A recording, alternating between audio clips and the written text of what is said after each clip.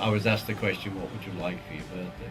Well, I said I'd like people to go peace and love on the 7th at noon. Ringo Starr has led an unprecedented life. He was a sickly little boy who went from a fan of all things percussion to part of the most successful band of all time. He was a significant part of the Beatles' success. His recognizable way of playing inspired many other artists. As time passed, though, he felt like he was being pushed out of the band. Today, he's taken his career and daily activities in a new direction, but he also hasn't stopped his mission of spreading peace and love. Ringo's difficult early life. Sir Richard Starkey was born July 7, 1940. He was a sickly child, developing appendicitis at age 6. After the appendectomy, he contracted peritonitis and fell into a coma that lasted days. He had to recover for 12 months at Liverpool Myrtle Street Children's Hospital. He had no relationship with his father, but his loving and overprotective mother kept him at home to keep an eye on him. It caused him to miss school. By the time he'd caught up in school, he got sick again with tuberculosis and had to stay for 2 years in a sanatorium to recover. While there, the staff encouraged him to join a hospital band. He was given a percussion instrument and became interested in drumming. From then on, he said he never wanted to do anything else. Roy Tafford introduced Ringo to the skiffle music craze sweeping the UK at the time. In 1957, he founded his first band, the Eddie Clayton Skiffle Group. They were fairly successful until American rock and roll music took over in 1958. He fell in love with that genre and became a major part of its history. Joining the Beatles. Ringo's first band was Rory Storm and the Hurricanes. He took up his nickname while playing with them. As he said, "Where I come from, if you did things like often enough, you'd be called something. So my mother loved shiny rings. So I started wearing rings. And so they suddenly, instead of calling me, my real name, Richard or Richie or that, they'd say, "Hey, Rings, what's happening?" So that was the start of the changing of my name, was in Liverpool. And then I was in a band, Rory Storm and the Hurricanes, and we got a 3-month job, and we all changed our names. I thought, Rings, yeah, Ringo, cowboy. Ringo, yeah. Ringo Starkey doesn't really work. Ringo Starr, fabulous. In August of '62, the Beatles came calling. They experimented by letting Ringo drum a few times and decided to fire their previous drummer, Pete Best. It wasn't an easy transition. Fans were angry enough to chant and slash tires. The manager thought Ringo would never fully fit in, and he wasn't wrong. By August 1962, the heat from the replacement had died down. He was getting as much fan mail as everyone else. The entire band was beloved when Beatlemania hit after their 1964 appearance on The Ed Sullivan Show. Ringo's dedicated merchandise was selling as much, if not more, than that of the other band members. Hitmakers like Cher even devoted entire songs to him. Fans even asked Ringo to sing. He occasionally sang lead vocals with the group for at least one song per album. He wrote songs such as Don't Pass Me By and Octopus's Garden, and is credited as a co-writer on 4 other songs. Ringo's style of drumming involves going left-handed over a right-handed kit and focuses on feelings over technical prowess. He feels his best recording was on the Beatles song Rain. He was inducted into the Modern Drummer Hall of Fame in 1999 and the Rock and Roll Hall of Fame twice, once with the Beatles in 1998 and again as a solo artist in 2015. Rolling Stone also named him the 5th greatest drummer of all time in 2011. Becoming the forgotten Beatle. Despite his important contributions, Ringo began to feel isolated from the band. He had a 4-day stay in the hospital during a tour. It didn't get him kicked out of the band, as he feared, but it did affect his position. Ringo's drumming was used less and less. Their style wasn't compatible with his, and he'd often spend hours playing cards during recording sessions because there was nothing for him to do. At the time, he told interviewers, "I am quite happy with my one little track on each album." The cracks in the band began to show by August of 1966. The Beatles released Revolver, their 7th UK LP.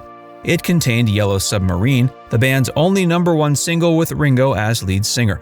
He also recorded lead vocals on With a Little Help from My Friends for their 1967 album Sgt. Pepper's Lonely Hearts Club Band. His feeling of alienation from the band had reached a boiling point by that time. Relations were at an all-time low while completing 1998's White Album. Their breakup became official on April 10, 1970, when John and Paul both announced they were leaving. Ringo has no regrets. He said they gave it up at the right time and that, quote, 4 years of Beatlemania was enough for anyone. Ringo's health. Ringo eventually got tired of the rock and roll lifestyle. It wasn't sustainable, especially with his frail health. He eventually decided to make a change, admitting, That day arrived where I came out of a blackout and I'd done a lot of damage. And I said to Barbara, you've got to get me in one of those places. She called somebody, who called somebody, and we ended up in Sierra, Tucson. He and his wife, Barbara Bach, went to a detox clinic in October and November of 1988. They each received a 6-week treatment for alcoholism. He's been sober ever since, and it's allowed him to refocus on music and return to touring. Jeffrey Cronus has been Ringo's drum tech for years and notices the change. He vouches for Ringo's focus on his health, saying, quote, "He's just so disciplined, it's inspiring. He's in the gym 6 days a week, and his trainers come to the house. I know his main trainer, and she tells me Ringo is her hardest working client." That discipline extends to his diet, but meat isn't the only food the world would be shocked he's chosen to avoid. The truth about that came out in a Jimmy Kimmel Live interview. Is it true you've never eaten pizza? I've never had a pizza. Never had a pizza. Wow. You heard all those people in the back go, what? Order curry.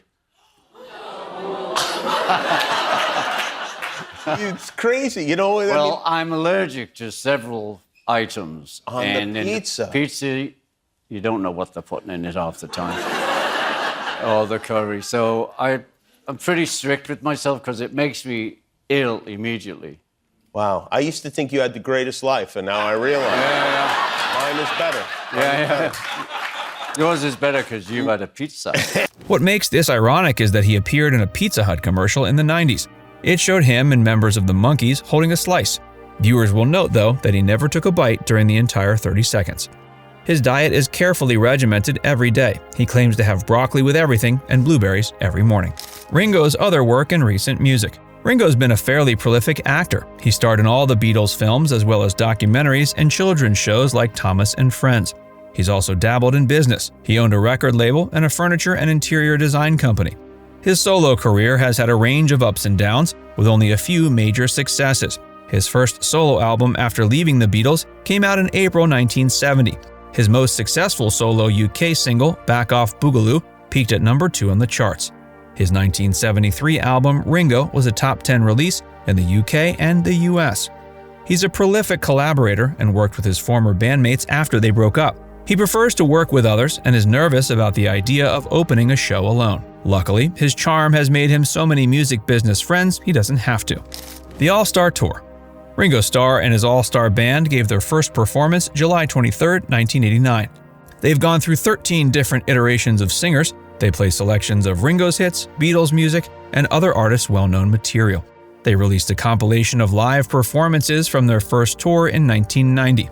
Ringo also performed a special version of I Call Your Name that year to honor what would have been John Lennon's 50th birthday. Other artists in the group at the time included Tom Petty, Joe Walsh, and Jim Kellner. The All-Star Band has had difficulty touring again in recent years. Illness and the pandemic shut down their plans throughout the 2020s. Canceling tour dates has never sat well with Ringo, and he rarely does it. Now he feels like he owes it to the fans to get back out there. The All-Star Band is finally ready to go at it again in 2025. Members include Steve Lukather, Colin Hay, Hamish Stewart, Greg Basante, and Buck Johnson. They have 10 dates set starting June 12th. The tour begins at the Hartford Healthcare Amphitheater in Bridgeport, Connecticut, and it ends on the 25th at Ovens Auditorium in Charlotte, North Carolina. Ringo will also give 2 solo performances in Nashville at the Ryman Auditorium, January 14th and 15th. It's a way to celebrate his solo country album, Look Up. It's his first full-length country album in 50 years and features guests like Alison Krauss, Billy String, Larkin Poe, Lucius, and Molly Tuttle. Now it's time to hear from you. Who's your favorite member of the Beatles? Let us know in the comments section below.